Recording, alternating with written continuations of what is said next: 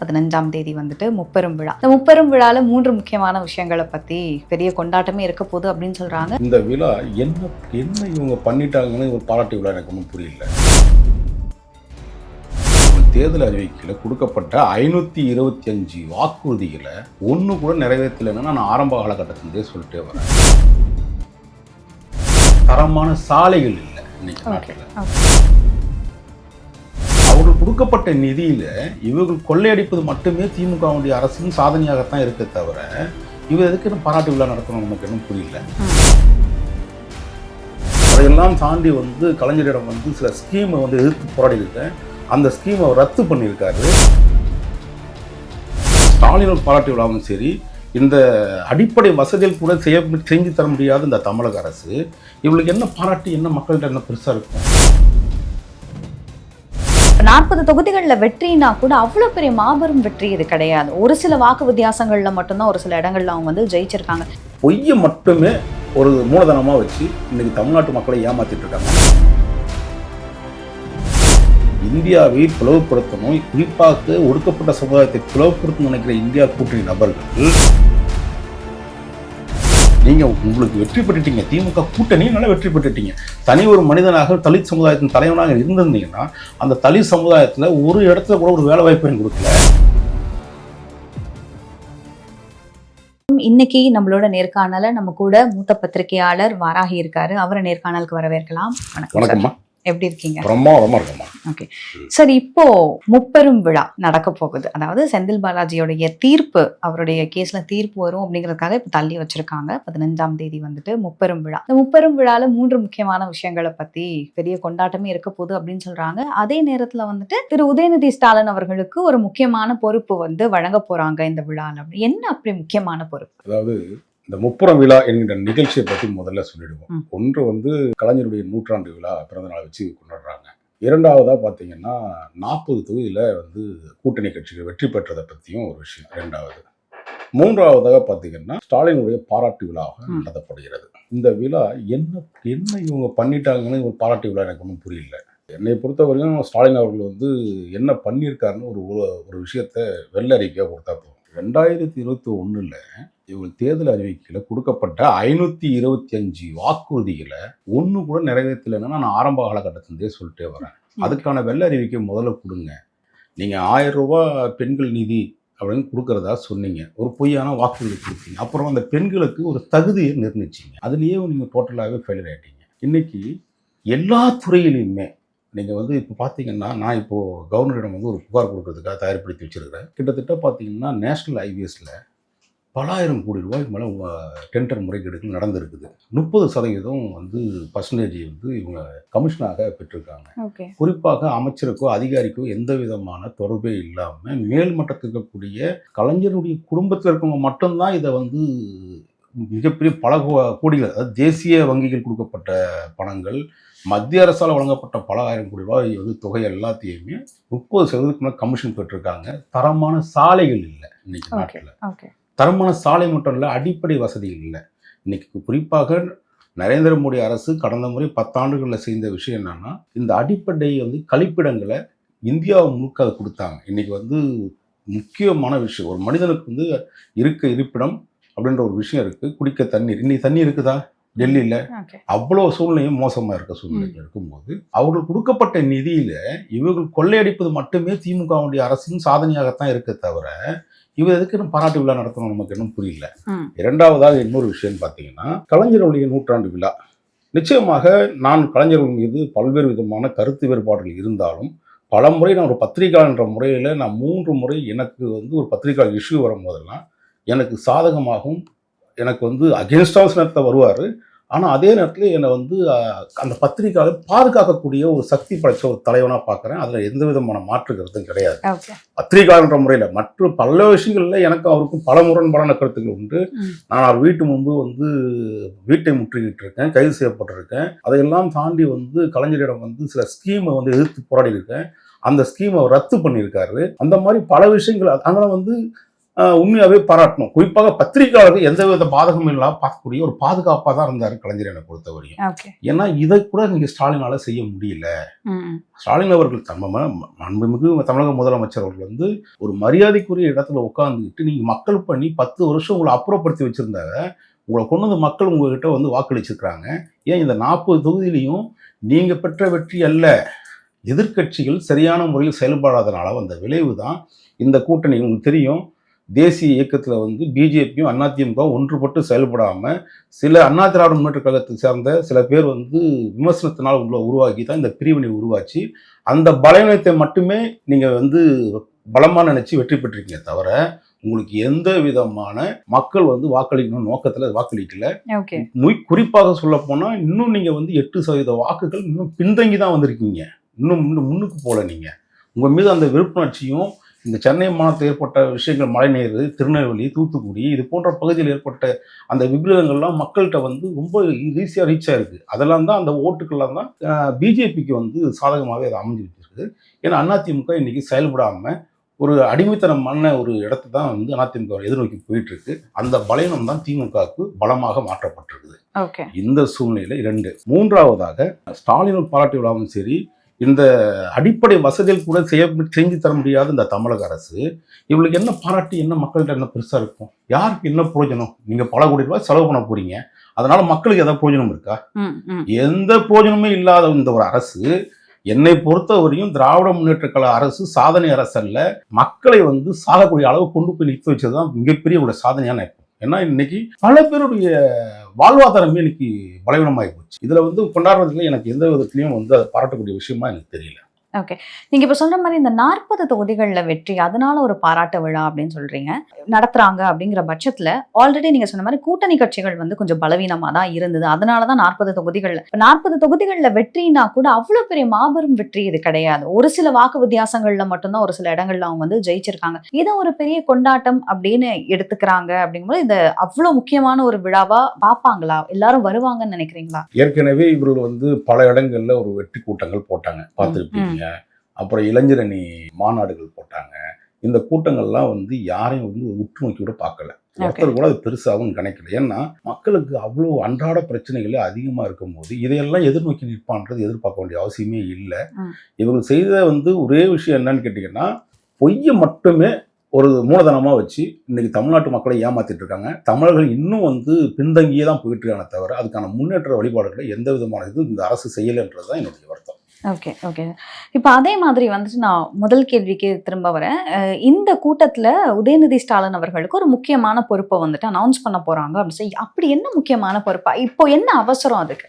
இல்லை, நான் எப்பவுமே ஒரு விஷயம் சொல்றேன். நான் பல இடங்களில் பல விஷயங்களில் தம்பி உதயநிதி ஸ்டாலினை பொறுத்தவரையும் தமிழ்நாட்டில் வந்து பல விஷயங்கள் வந்து ஃபெயிலர் ஆனது காரணம் உங்க தந்தையார் பண்ண வேலை தான். ஓகே. சில இடங்கள்ல நான் வந்து பல விஷயங்கள்ல தம்பிகிட்ட வந்து பல காணொலியில சொன்ன விஷயங்கள் தான் என்னன்னா, நீங்க நிர்வாக பொறுப்பு கையில் எடுங்க. நீங்க வரக்கூடிய காலகட்டம் ரொம்ப பெரிய முக்கியமான காலகட்டம். 26ல் நடிகர் விஜய் வராரு, சீமான் இருக்காரு, அண்ணாமலை இருக்காரு. இதையெல்லாம் எதிர்கொள்ளணும்னா நீங்க ஒரு இளைய ஒரு வர்க்கம் தான் உள்ள வந்து நிக்கணும்ன்றது நான் என்னுடைய தனிப்பட்ட விருப்பம். அதுல ஏதாவது நீங்க இந்த 2 வருஷத்துக்குள்ள ஏதாவது ஒரு விஷயத்த சாதனையா செஞ்சிருங்க அப்படின்னு நான் பல விஷயங்கள் பல காணொலிகள் கடந்த 2 வருஷமாவே நான் சொல்லிட்டு வரேன்.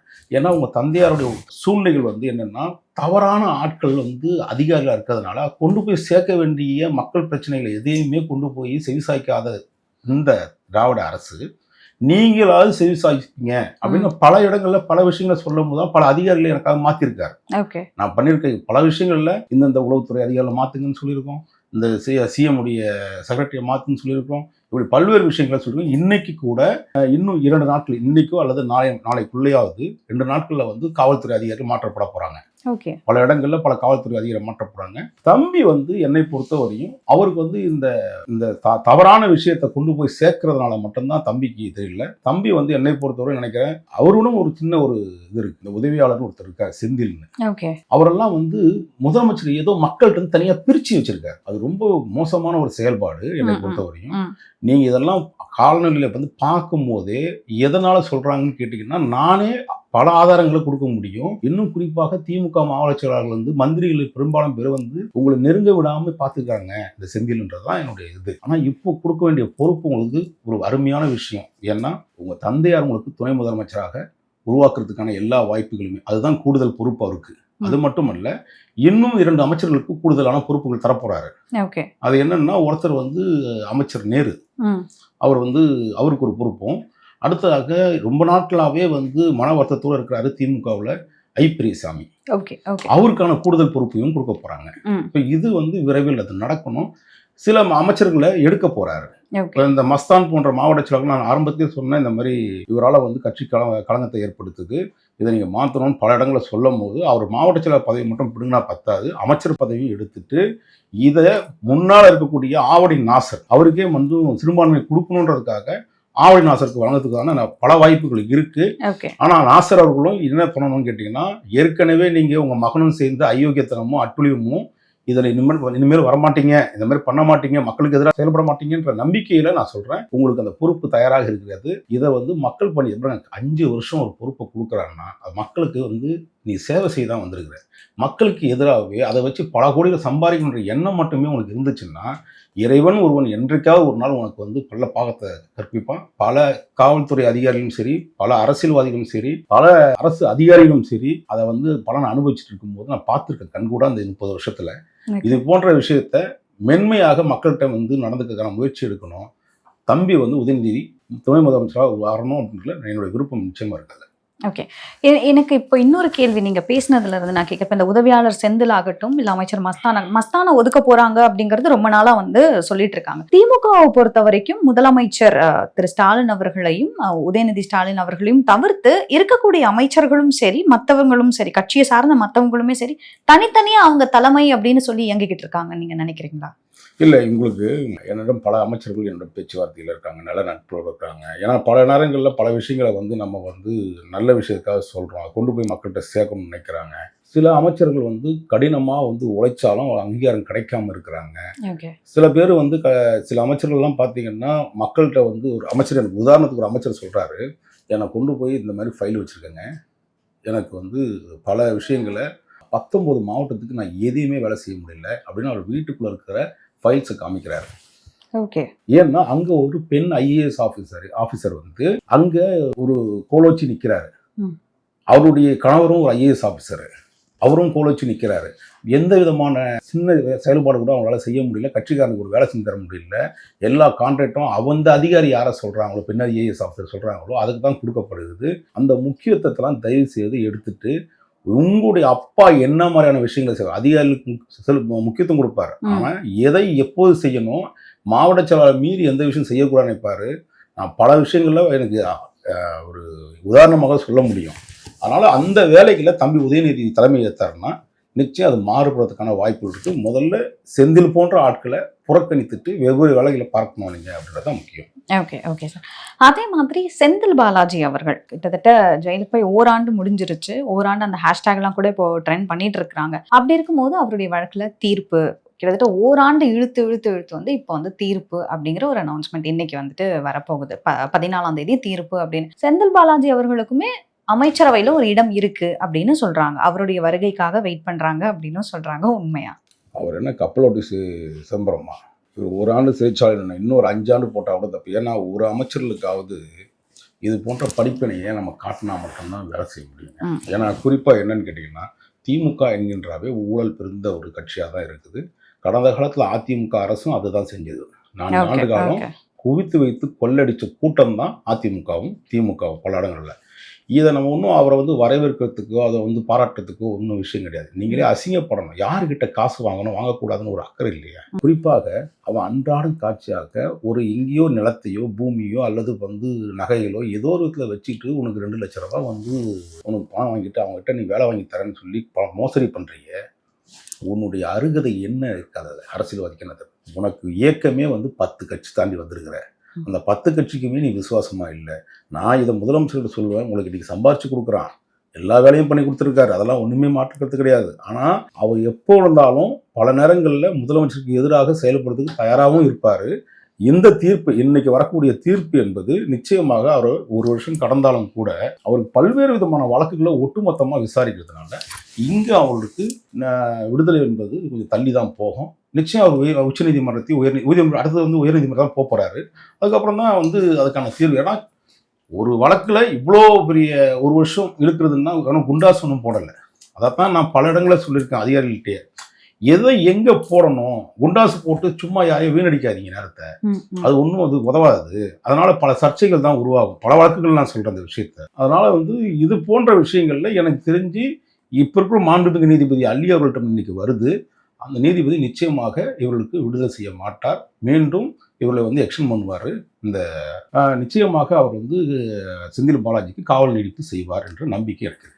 Okay okay sir. இப்போ செந்தில் பாலாஜியை தவிர்த்து இந்த மாதிரி இன்னும் சில அமைச்சர்கள் வந்து திமுகக்குள்ள இருக்காங்க அப்படிங்கிற ஒரு பேச்சும் இருக்கு. நிறைய பேரோட பேருமே லைனா அடிபட்டுக்கிட்டே இருந்தா அடுத்தடுத்து இவங்க வீட்டுக்கு வந்து ரைடு கண்டிப்பா போகும் அப்படிங்கிற மாதிரி இப்போ தேர்தல் முடிவுகள் வந்துருச்சு. திரும்பவும் பாஜக வந்து 3வது முறையா உட்கார்ந்துருக்காங்க. இப்போ அடுத்து அவங்களுடைய இந்த பக்கம் திரும்பிச்சு அப்படின்னா எந்தெந்த அமைச்சர்கள் வந்து டார்கெட்டா இருப்பாங்கன்னு நினைக்கிறீங்க? நீங்க அமைச்சர்கள்னு ஒரு விஷயத்த சொல்றதுனா முதலமைச்சரே வந்து இதுல இப்ப டார்கெட்டா இருப்பான்னு நான் சொல்றேன். ஓகே. ஆனா அதுக்கு தான் ஒரு லீடு எடுத்துட்டு இங்க இப்போ ஆந்திராவில் வந்து வெற்றி பெற்ற முதலமைச்சரான சந்திரபாபு நாயுடு அவர்களை ஹைதராபாத் விமான நிலையத்தில் அவர் சந்திச்சு பேசினார் இல்லைங்களா?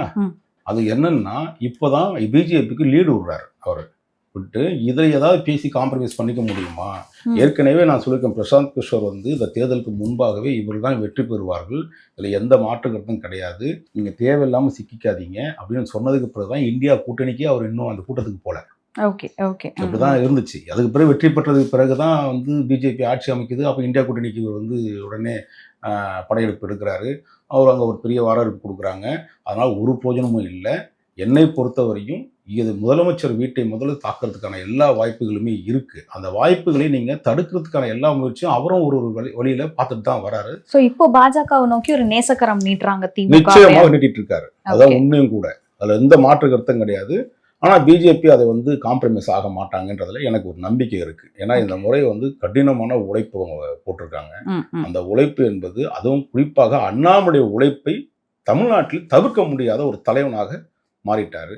நிச்சயமாக அண்ணாமலைக்கு பயந்துட்டு தான் திமுக அதிமுகவும் அடக்கி வாசிக்கிறார்கள்.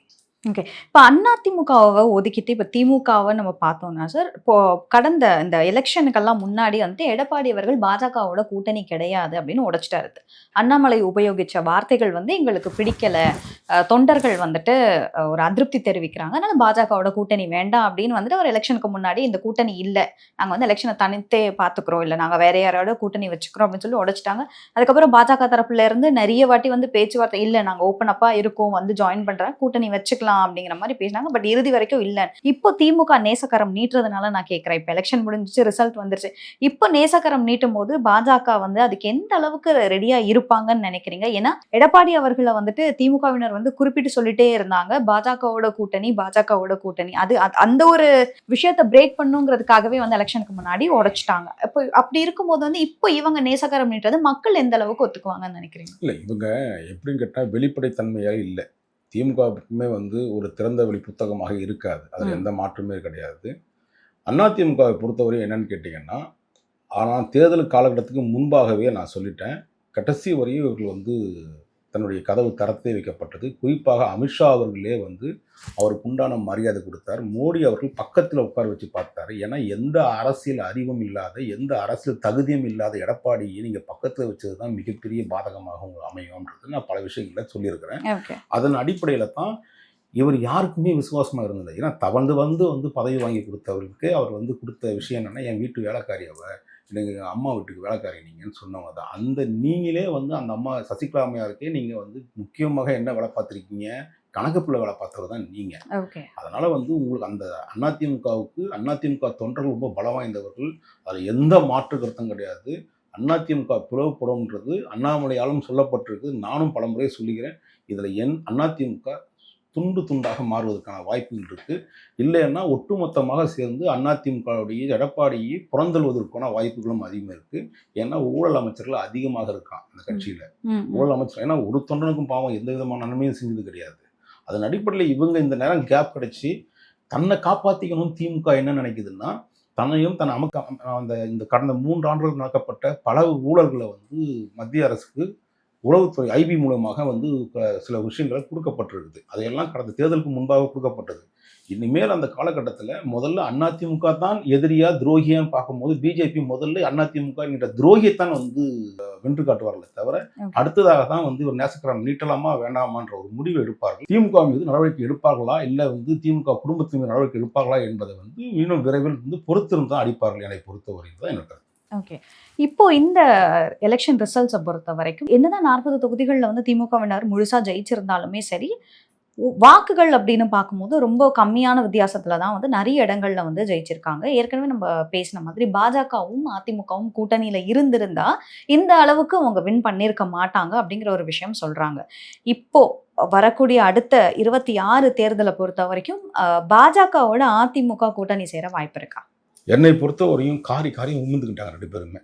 அதாவது இது எப்படின்னா மல்லாக்கா அப்படி துப்பிக்கிட்டா எப்படி இருக்குமோ அது நம்மளதான் விழுவன்னு தெரிஞ்சும் கூட 2 பேருமே துப்பிக்கிட்டாங்க. இனிமேல் இவ்வளோ விஷயங்கள் நடந்ததுக்கு பிறகு என்னை பொறுத்தவரை அண்ணாமலை என்னை பொறுத்தவரை அதிமுக இருக்கக்கூடிய தலைவர்களை ஒரு பொருட்டாக கூட நினைக்க மாட்டாருன்றதுல என்னோட கருத்து இருக்கு. அண்ணாமுடைய உழைப்புன்னு வந்த வெற்றி தான் இன்னைக்கு வந்து இந்த அளவுக்கு 11 தொகுதியில வந்து அதிமுக பின்தங்கப்பட்டிருக்கு. 3வது இடத்துக்கு பல தொகுதிகளில் வந்து 3வது இடமும் 4வது இடமும் போயிருக்கு. இதெல்லாம் அதிமுக உணர வேண்டும். அதிமுக தொண்டன் உணர்ந்துட்டான். நம்ம வந்து அண்ணாமலை பத்தி நீங்க நிறைய விஷயங்கள், அதாவது ஒரு கள போராளியா அண்ணாமலையை பார்க்கும்போது அந்த கட்சியில இருக்கக்கூடிய தமிழிசை சவுந்தரராஜன் அவருக்கும் அண்ணாமலை அவர்களுக்கும் ஏதோ ஒரு மாதிரியான ஒரு மிஸ் அண்டர்ஸ்டாண்டிங், இல்ல தமிழிசை சவுந்தரராஜன் அவர்களுக்கு வந்து பதவி கொடுக்கப்படலங்கிற கோவத்திலேயோ ஆதங்கத்திலேயோ அவங்க பேசுறாங்களா அப்படிங்கறது ஒரு கேள்விக்குறியா இருக்கு. என்ன பிரச்சனை 2 பேருக்கும்? என்னை பொறுத்தவரையும் தமிழிசை சவுந்தரராஜனை பொறுத்தவரை என்னன்னு கேட்டீங்கன்னா, என்னுடைய பார்வையில் நான் தமிழிசை பார்க்கறது என்னன்னா, உங்களுக்கு காங்கிரஸ் இயக்கத்தில் வந்த ரத்தம் வந்து எப்பவுமே ஓடிட்டே இருக்குது. என்னை பொறுத்தவரை நான் தனிப்பட்ட முறையில் சொல்கிறேன். ஏன்னா காங்கிரஸ்காரன் 4 செவத்துக்குள்ளே 4 பேரை உள்ளே விட்டுட்டிங்கன்னா 1 மணி நேரம் கழிச்சு வெளியே வந்தான்னா சட்டை கிழிச்சிட்டு வந்து நிற்பான்.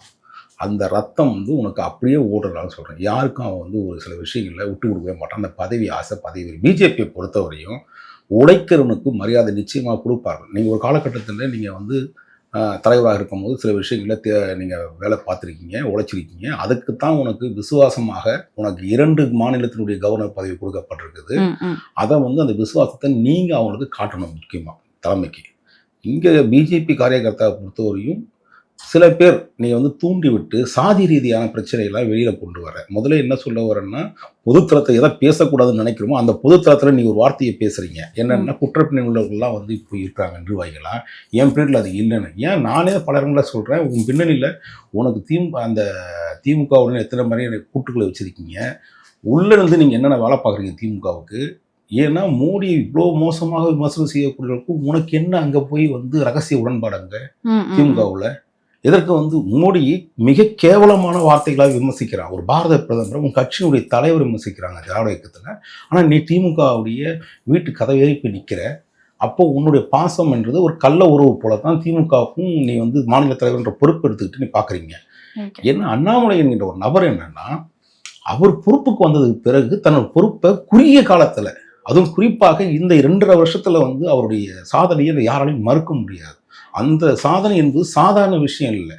எங்கேயோ இருந்த ஒரு இயக்கத்தை இன்னைக்கு தமிழ்நாட்டில் எதிர்க்கட்சியாக செயல்படக்கூடிய ஒரு இயக்கம் அங்கீகாரம் படலனாலும் மக்கள் அங்கீகாரம் பெற்ற ஒரு இயக்கமாக அண்ணாமலை வந்து கொண்டு போய் நிற்க வச்சிருக்காரும் போது, அப்போ நீங்கள் தானும் படுக்க மாட்டேன் அடுத்தவனையும் படுக்க விட மாட்டேன்னு நினைக்கிற நிலைமையில் உள்ள நீங்கள்லாம் எப்படி தான் நீங்கள் திருந்த போறீங்கன்னு தெரியல.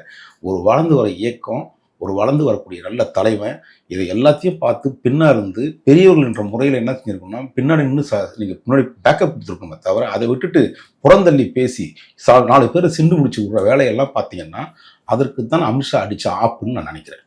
அதே மாதிரி இந்திய கூட்டணியை பத்தி எனக்கு ஒரு கேள்வி கேட்டே ஆகணும். என்னன்னா எப்பவுமே சொல்லுவாங்க பாஜகல வந்துட்டு காஸ்டிசம் பயங்கரமா இருக்கு, அவங்க வந்துட்டு எல்லாரையும் சமமா பாக்குறது கிடையாது அப்படிங்கிற ஒரு பேச்சை வந்து எப்பவுமே பாஜகவினர் மேல தெளிச்சுக்கிட்டே இருக்காங்க. அப்படிங்கும்போது இந்திய கூட்டணி இந்த எலெக்ஷன் ரிசல்ட்ஸ்க்கு அப்பெல்லாம் வந்துட்டு இந்திய கூட்டணி அந்த கூட்டணியில் இருந்தவங்க எல்லாரும் ஒரு புகைப்படத்துக்காக வந்து ஒண்ணா நிக்கிறாங்க, ஜெயிச்சவங்க எல்லாரும். அப்போ வந்து திரு ஸ்டாலின் அவர்கள் இருக்காரு, ராகுல் காந்தி பக்கத்துல ஸ்டாலின் இருக்காரு, அப்படி வரிசையா ஒருத்தங்க நிற்கும் போது அகிலேஷ் யாதவ் பக்கத்துல திருமாவளவன் வந்து நின்னுகிட்டு இருக்கிறாரு. அப்போ திடீர்னு யாரோ ஒருத்தவங்க வந்து கடைசியில இருந்து கை குலுக்கிட்டே வராங்க. நீங்க அந்த வீடியோ கண்டிப்பா பார்த்திருப்பீங்க. ஆனா அந்த நபர் யாரு அப்படிங்கிறது முகம் தெரியல. ஒரு ஷர்ட் ஒரு வேஷ்டி போட்டுட்டு இருக்காரு, கை கொடுத்துட்டே வர்றாரு. திருமாவளவன் கிட்ட வரும்போது வந்து அவரும் கை கொடுக்குறாங்க அப்படின்னு நினைச்சுதான் கையை கொடுக்குறாரு. ஆனா உடனே கையை கொடுத்தோன்னா அவர் அப்படியே கூட்டிட்டு போய் ஓரமா நிக்க வச்சிடும். எதுக்காக அதை பண்ணாங்க? எப்பவுமே நீங்க பிஜேபியை பொறுத்தவரையும் சாதியோ மதமோ அப்பாற்பட்ட ஒரு இயக்கமாக தான் நான் பார்க்கறேன். நான் தான் சொல்றேன்னு, திராவிட இயக்கங்கள் வந்து பல இடங்கள்ல இந்தியா கூட்டணி உள்ள சகோதரர்களும் என்ன சொல்றாங்கன்னா, பிஜேபி ஏதோ இஸ்லாமிற்கு எதிரான ஒரு அமைப்பாகவும் அப்படின்னு பொய் பிரச்சாரங்களை பெரும்பாலும் பண்ணாங்க. அதையெல்லாம் தாண்டி மோடி அவர்கள் இஸ்லாமுடைய பாதுகாவலாம் செயல்பட்டார்ன்றது என்னுடைய பார்வையில் நான் தெரியப்பட்ட விஷயங்கள். ஏன்னா இன்றைக்கு ஒட்டுமொத்த இஸ்லாமியர்களுமே இந்தியா கூட்டணி செய்ய புனியான ஒரு பிரச்சாரத்தினால தான் இன்னைக்கு இஸ்லாமியர்கள் எல்லாமே வந்து ஏதோ ஒரு நினைக்கிறாங்க. ஆனால் இன்னைக்கு இஸ்லாமிய பெண்கள், குறிப்பாக சொல்கிற இஸ்லாமிய பெண்கள் வந்து அவருக்கு பாதுகாவலாக இருக்கக்கூடியவரே மோடி அவர்கள் மட்டும்தான். ஏன்னா முத்தலாக் சட்டம் என்பது சாதாரண விஷயம் அல்ல. தலாக்னு சொல்லிட்டு அவன் பாட்டு ஒரு ஃபோனில் சொல்லிட்டு போயிடுவான், அவன் வந்து விவாகரத்து பண்ணிடுவான், அந்த பெண்ணும் அந்த குழந்தையும் நான் ரோட்டில் நிற்கும்.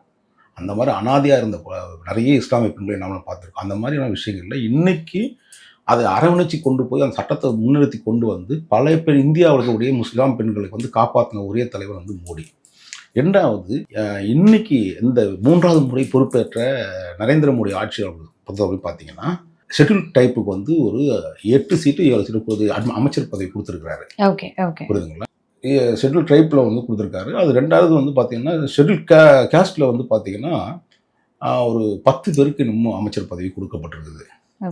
அதையெல்லாம் தாண்டி தான் ஓபிசிக்கு வராங்க. ஓபிசியில் எல்லா இடத்துல இருக்கும். இன்னும் சொல்லப்போனால் ஏதோ ஒரு ஒரு சாதியை குறிப்பிட்ட இங்கே பிஜேபியை தமிழ்நாட்டில் விமர்சனம் பண்ணிட்டு இருந்தாங்க. ஒரு சீட்டு கூட அண்ணாமலை வந்ததுக்கு பிறகு ஒரு பிராமணர்களுக்கு சீட்டு கொடுக்கப்படலை. தான் உண்மையும் யதார்த்தமும் கூட. ஆனால் இவங்க பொய் பிரச்சாரம் மட்டும் ஈஸியாக பண்ணி இது பண்ணுவாங்க. அந்த கருதி தான் நான் எப்பவுமே சொல்கிறேன், அம்பேத்கருடைய வாழும் அம்பேத்கராக வாழ்ந்துட்டு இருக்காரு மோடி. அதன் அடிப்படையில் தான் அம்பேத்கருக்கான எல்லா மரியாதையும் கொடுக்குறாரு. இன்னை வரையும் அது தொடர்ந்து இன்னைக்கு இந்திய சாசன புத்தகத்தை வச்சு தான் அவர் வந்து இன்னைக்கு அந்த பதவி ஏற்றுக்கிட்ட விஷயங்களை பார்த்தோம், நம்ம கண்கூடாக பார்த்தோம். அந்த மதிக்கக்கூடியவர்கள் இந்தியாவை பிளவுபடுத்தணும், குறிப்பாக ஒடுக்கப்பட்ட சமுதாயத்தை பிளவுபடுத்தணும்னு நினைக்கிற இந்தியா கூட்டணி நபர்கள் திருமாவளவனை அப்புறப்படுத்தும் போது எங்கிருந்து இந்த தலித் சமுதாயம் ஜெயிக்கப்படணும். ஏன்னா அதுக்கு வந்து திருமாவளவனுக்கு தேவைப்படுது. என்ன காரணம் கேட்டீங்கன்னா, இவர் எந்த தலித் சமுதாயத்தை வைத்து ஓட்டு வாங்கினாரோ அந்த தலித் சமுதாயத்துக்கு இதுவரையும் தாட்கோல் வந்து ஒரு லோன் கூட வாங்கி கொடுத்தது கிடையாது. புரியுதுங்களா? அப்படி இருக்கும்போது அவருக்கு என்ன உரிய மரியாதை கிடைக்கும்னு நினைக்கிறீங்க? நீங்க உங்களுக்கு வெற்றி பெற்றுட்டீங்க, திமுக கூட்டணி நல்லா வெற்றி பெற்றுட்டீங்க. தனி ஒரு மனிதனாக தலித் சமுதாயத்தின் தலைவனாக இருந்திருந்தீங்கன்னா அந்த தலித் சமுதாயத்துல ஒரு இடத்துல கூட ஒரு வேலை வாய்ப்பு கொடுக்கல, ஒரு கல்லூரி கட்ட முடியல. வன்னிய சமுதாயத்துக்கு வந்து ராமதாசருக்கு வந்து அறக்கட்டளையில வந்து ஒரு காலேஜ் நடத்துறாரு அந்த சமுதாயத்துக்காக. நீங்க இவ்வளவு பெரிய எம்பியா இத்தனை தொடர்ந்து வந்திருக்கீங்க, எம்எல்ஏவா இருந்திருக்கீங்க. இந்த கட்சியை வச்சு நீங்க இன்னைக்கு போடுற ஷர்ட்டே வந்து 5000 ரூபாய் 10,000 ரூபாய்க்கு பேண்ட் ஷர்ட் போடுறீங்க. ஆனா அந்த மக்கள் இன்னும் வந்து வறுமையில வாடிக்கிட்டு இன்னமும் வந்து கழிப்பிடங்கள் கிளீன் பண்ணிக்கலாம் உட்காந்துருக்கான தவிர அவனுக்கு உயர்ந்த வாழ்க்கை கொண்டு வரன்ற எண்ணம் ஒரு இடத்துல கூட இருந்ததில்லை. சராசரி ஒரு படிப்புல கூட ஒரு காலேஜ் துவக்க முடியல உங்களுக்கு ஒடுக்கப்பட்ட சமுதாயத்துக்காக. இல்லை ஒடுக்கப்பட்ட சமுதாயத்தில் இருக்கக்கூடிய யாருக்காவது வந்து தாட்கோல் 4 பேர் லோன் வாங்கி கொடுத்துன்னு சொல்லுங்க, 4 பேர் படிக்க வச்சுன்னு சொல்லுங்க. இதெல்லாம் திருமாவளவனுக்கு வேண்டும் தான். நீங்க என்ன செய்றீங்களோ அதுதான் மக்கள் திருப்பி செய்வார்கள். அதை தான் ஆண்டவனும் செய்வான்னு நம்பிக்கை. திருமாவளவனை தாண்டி இந்திய கூட்டணியில இந்த மாதிரியான விஷயங்கள் இருக்கு அப்படிங்கறத நீங்க ஒத்துக்கிறீங்க? நிச்சயமாக இருக்கு. அதுல ஒன்றும் மாற்றம் கிடையாது. நீங்க நார்த்ல எப்படி நீங்க பார்த்துருக்கீங்கன்னு தெரியாது. நான் பல மாநிலங்களை சுற்றுப்பயணம் போயிருக்கேன். பல மாநிலம் தொடர்ந்து கிட்டத்தட்ட பார்த்தீங்கன்னா 20 வருஷமா போயிருக்கு. இப்போ கூட நான் வந்து ஹரியானா போறேன், மத்திய பிரதேஷ் போயிட்டு வந்தேன், டெல்லிக்கு போனோம். எல்லா இடத்துலையுமே ஒடுக்கப்பட்ட சமுதாயத்திற்கு சில இடர்பாடுகள் இருக்குது. ஏன்னா நான் இதையே தமிழ்நாட்டிலேயே சொல்கிறேன்னு, இன்னைக்கு வரையும் அந்த வெங்கவேல் பிரச்சனையை வந்து இன்னொரு கையில் பேச முடியலையே உங்களால். எந்த ஒரு வார்த்தை கூட கேட்கலையே. அந்த அந்த தண்ணீர் தொட்டியில் வந்து இன்னைக்கு இருந்த கழிப்பிடங்களை கூட நீங்கள் என்ன ஒருத்தனோட குற்றவாளியை கண்டுபிடிக்க முடியாமல் இருக்க முடியும். நம்ம சிபிசிடி வழக்கம் மாற்றிட்டீங்க. அந்த வழக்கு இன்னும் அப்படியே வந்து அமைங்கி இருக்குது. அதற்காக ஒரு விஷயத்தையும் சொல்லியிருக்கீங்களா? பல ஒடுக்கப்பட்ட சமுதாயத்தை பெண்கள் வந்து பாதிக்கப்பட்டிருக்காங்க. ஒரு நாளோட குரல் கொடுத்தது திருமாவளவன். அப்படின்னும் போது அந்த சமுதாயம் வந்து நிச்சயமாகவே வந்து இவர்கள் போன்ற தலைவர்களால் தான், அடிமையான வாழ்க்கை வாழ்றனால தான் அந்த சமுதாயத்தை இன்னும் சீரழிவு கொண்டு போய் வச்சிருக்காங்க. ஓகே, ஸோ திருமாவளவன் அவர்கள் வந்து தன்னுடைய தேவைக்காகவும் தன்னுடைய பதவிக்காகவும் இதை பண்றாரு அப்படின்னு எடுத்துக்கலாமா? நிச்சயமாக எடுத்துக்கலாம். ஸோ இதே மாதிரி இங்க இருக்கக்கூடிய காங்கிரஸ்ல வந்துட்டு ஒரு மிஸ் அண்டர்ஸ்டாண்டிங் இருக்கு. பாஜகல எப்படி தமிழிசை விசஸ் அண்ணாமலை அப்படின்னு இருக்கும், இங்க வந்து EVKS விசஸ் செல்வ பெருந்தகை அப்படின்னு. இங்க என்ன பிரச்சனை? தயவுசெய்து முதல்ல உங்களுடைய கேள்வியிலேயே நான் தவறுன்னு நினைப்பேன். ஏன்னு Okay. கேட்டீங்கன்னா, அண்ணாமலைக்கு ஈடாக தமிழிசையை பேச வேண்டாம். ம், ஏன்னா அவர் வேற ஒரு தலைவன், இவங்க வேற ஒரு நபர். ஓகே. ஏன்னா அவங்க 2 பேருக்குமே வந்து தயவுசெய்து ஈடாக பேச வேண்டாம். தமிழிசை செய்வது சிலிண்டுத்தனம். அதனால வந்து அதை நம்ம பேச வேண்டாம். குறிப்பாக திமுகவில் இருக்கிற மாதிரி கோஷ்டிகள் எல்லா இடத்து கட்சியும் தான் இருக்குது. அதிமுகவில் இருக்குது. இப்போ பிஜேபியில் ஒரு சில விஷயங்கள் வந்திருக்கு. அண்ணாமலைக்கு சில பேர் வந்து லாயல்ட்டியாக இருக்காங்கன்றது தான் எனக்கு தெரிஞ்சு இருக்கிறாங்க எனக்கு பொறுத்தவரைக்கும். அவர் எப்படி வந்து அமித்ஷாவுக்கும் மோடிக்கும் வந்து லாயல்ட்டியாக என்ன பணி கொடுத்தாலும் அந்த பணியை மட்டுமே செஞ்சுட்டு இருக்காரோ அதே மாதிரி தான் இந்த அம்மையாரை பொறுத்தவரையும் அதை பெருசாக எடுத்துக்க வேண்டாம். அதை புறக்கணிக்க வேண்டிய ஒரு நபர் அந்த அம்மா தமிழிசையை பொறுத்தவரை. காங்கிரஸை பொறுத்தவரை என்னன்னு கேட்டிங்கன்னா, இன்னைக்கு இல்லை காலம் தொட்டு காமராஜர் காலத்துன்னு பார்த்தீங்கன்னா கூட அந்த கோஷ்டி பூசல்கள் நான் பல முறை சொல்லியிருக்கேன். இந்த 4 செவத்துக்குள்ளே ஒருத்தன் விட்டுட்டு இப்போ நீங்கள் நம்ம ஊரில் ஒரு பழம் இது பார்த்துருப்பீங்க, நேரடியாக பார்த்துருப்பீங்க. ஒரு தெருவில் 4 நாய் இருக்கும், இன்னொரு நாய் வந்துச்சுன்னா வந்து திருத்தி விடும், பார்த்துருக்கீங்களா? அந்த மாதிரி கதை தான் காங்கிரஸ்காரோடைய கதை. அதுவும் குறிப்பாக இன்னைக்கு இருக்கக்கூடிய காங்கிரஸில் இருக்கக்கூடிய EVKS ஒரு சிறந்த தலைவர். அவர் வந்து குறிப்பாக சொல்லப்போனால் வாழப்பாடி ராமமூர்த்தின்னு ஒரு தலைவர் இருந்தார், திண்டிவனம் ராமமூர்த்தின்னு ஒரு தலைவர் இருந்தார், சிடி மையப்பன்னு இப்போ ஒரு தலைவர் இருக்கார்.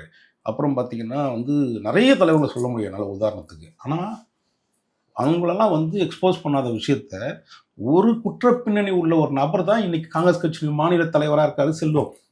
நீங்களாம் செல்வ பெருந்தகைன்னு சொல்லுங்க, நான் செல்வம். அவர் வந்து ஒரு குற்றப்பின்னணி உள்ள நபர். குறிப்பாக ஆடிட்டர் பாண்டியன் என்ற ஒரு கேஸ் வந்து பார்த்துருப்பீங்க, கொலை வழக்கு. அதை சம்மந்தப்பட்ட ஒரு நபர் எப்படியோ யாரையோ ஒருத்தர் கேசி அவரை பிடிச்சி இடித்து ஏதோ ஒரு வேலை பார்த்து இன்னைக்கு தலைவர் பதவி வாங்கிட்டீங்க.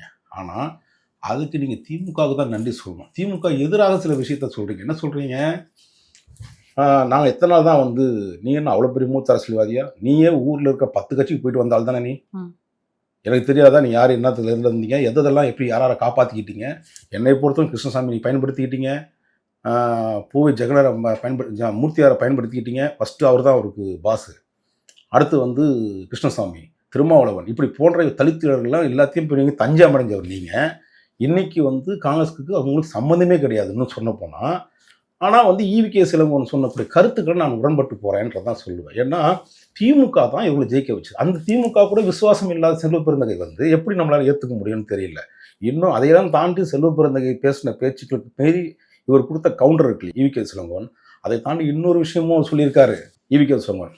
இங்கே இந்த மேடையிலேயே இந்த அரங்கத்துக்குள்ளேயே குற்றப்பின்னணியில் உள்ள நபர்கள் இருக்கிறாங்க, சில செக் பவுன்ஸ் கேஸில் இருக்கிறாங்க அப்படின்னு சொன்னதுன்னா அது செல்வ பெருந்தகை சொல்லியிருக்காரு. இன்னொரு SC/ST மாநில தலைவர் சொல்லியிருக்காரு. இப்படி ராஜீவ் ரஞ்சன் ஏதோ ஒரு பேர் வருது. இது போன்ற பல பேரில் வந்து EVKS இளங்கோவனே அறிவிச்சிருக்கு. அதெல்லாம் ஹைலைட் பண்ணல இன்னைக்கு ஊடகங்கள். அதனால் வந்து எந்த ஒரு தகுதியும் இல்லாத என்னை பொறுத்தவரையும் செல்வ பெருந்தகை வந்து ஒரு காங்கிரஸுக்கு மட்டும் இல்லை, தலைவனுக்கு எந்த தகுதியும் கிடையாதுன்னு தான் நான் நினைப்பேன்.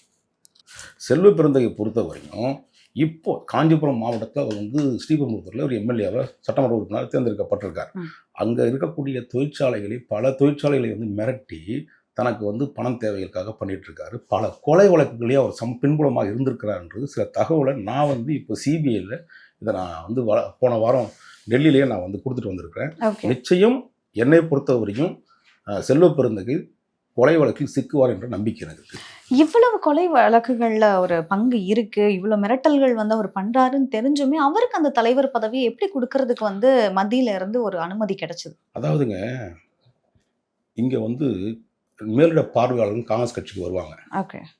அவங்க என்ன பார்வை வர்றாங்கன்னு எனக்கு தெரியும். எந்த இடத்துல பார்வையிடும் அங்கே போயிட்டு என்னென்னா இவர்களுக்கு தனியான ஒரு சில விஷயங்களை வசதி வாய்ப்புகளை ஏற்படுத்தி கொடுத்துருவாங்க. பெரும்பாலும் நான் காங்கிரஸ்காரர்களை பார்த்துருக்கேன். அதில் ஒரு குறிப்பாக இதுதான். அதே மாதிரி அங்கே இருக்கக்கூடிய KC வேணுகோபால் என்ற ஒரு நபர், கேரளா மாநிலத்தை சேர்ந்தவர். அவர் சோனியா காந்தி அம்மையாருடன் மிக நெருக்கமாக இருக்கிறாரு. அந்த நெருக்கத்தின் அடிப்படையில் அவர் வந்து யாரை வேணாலும் இன்னைக்கு டிசைட் பண்ணுற அளவுக்கு ஒரு விஷயம். எப்படி நம்ம வந்து பல இடங்களில் சொல்கிறோமோ, ஒரு தலைமை என்பது தனக்கு கட்டுப்பட்டு சில வேலைகள் செய்யணும். இங்கே ராகுல் காந்தியோ அல்லது சோனியா காந்திக்கு தெரியாமையே பல விஷயங்களில் ஒரு லாபி பண்ணிடுறாங்க. பண்ணி இவர் ஆஹா ஓஹோ சூப்பர் பிரமாதம், இவர் தலைவர்பட்டா நிற்கும் ஜெயிக்கும்னு நினைக்கிறாங்க. காங்கிரஸ் கட்சி ஒரு காமராஜருடைய ஆட்சி அமைப்புன்னு சொல்கிற ஒரு காங்கிரஸ் கட்சியில் இது போன்ற ஒரு மோசமான குற்றப்பின்னணி உள்ள நபரை செல்வ பெருந்தகையை நீங்கள் வந்து தலைவராக நீங்கள் நியமிச்சிருக்கீங்கன்னா காங்கிரஸ் கட்சி வெக்கப்படணும், வேதப்படணும். இதுதான்.